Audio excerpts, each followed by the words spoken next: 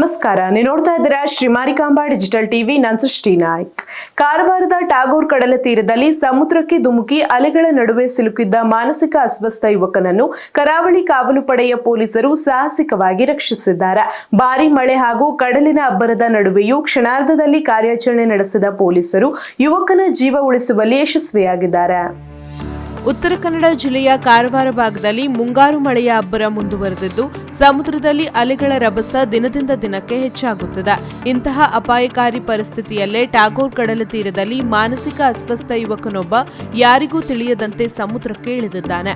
ಅಲೆಗಳ ಭೀಕರ ಸೆಳೆತಕ್ಕೆ ಸಿಲುಕಿ ಯುವಕ ಸಮುದ್ರದ ಮಧ್ಯಭಾಗದತ್ತ ಕೊಚ್ಚಿ ಹೋಗಿ ಮುಳುಗಲಾರಂಭಿಸಿದ್ದಾನೆ.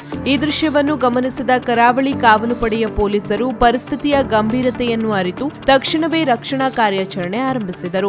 ಸ್ಪೀಡ್ ಬೋಟ್ ಮೂಲಕ ಅಲೆಗಳನ್ನು ಸೀಳಿ ಸಮುದ್ರದೊಳಗೆ ಧಾವಿಸಿದ ಪೊಲೀಸ್ ಸಿಬ್ಬಂದಿ ಪ್ರಾಣದ ಹಂಗು ತೊರೆದು ಮುಳುಗುತ್ತಿದ್ದ ಮಾನಸಿಕ ಅಸ್ವಸ್ಥ ಯುವಕನನ್ನು ಸುರಕ್ಷಿತವಾಗಿ ಬೋಟ್ಗೆ ಎತ್ತಿಕೊಂಡರು. ಬಳಿಕ ಯುವಕನನ್ನು ಸುರಕ್ಷಿತವಾಗಿ ದಡಕ್ಕೆ ಕರೆತಂದು ಜೀವ ಉಳಿಸಿದರು. ಕರಾವಳಿ ಕಾವಲು ಪಡೆಯ ಪೊಲೀಸರ ಸಮಯ ಪ್ರಜ್ಞೆ ಹಾಗೂ ಸಾಹಸಮಯ ಕಾರ್ಯಾಚರಣೆಗೆ ಸಾರ್ವಜನಿಕರಿಂದ ವ್ಯಾಪಕ ಮೆಚ್ಚುಗೆ ವ್ಯಕ್ತವಾಗಿದೆ.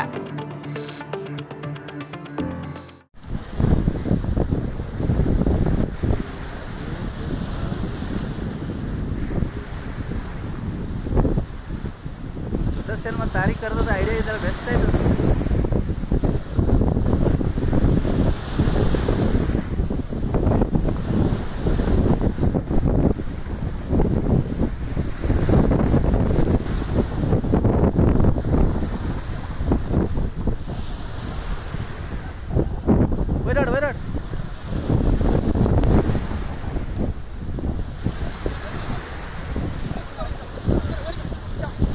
Wait. Life jacket cut.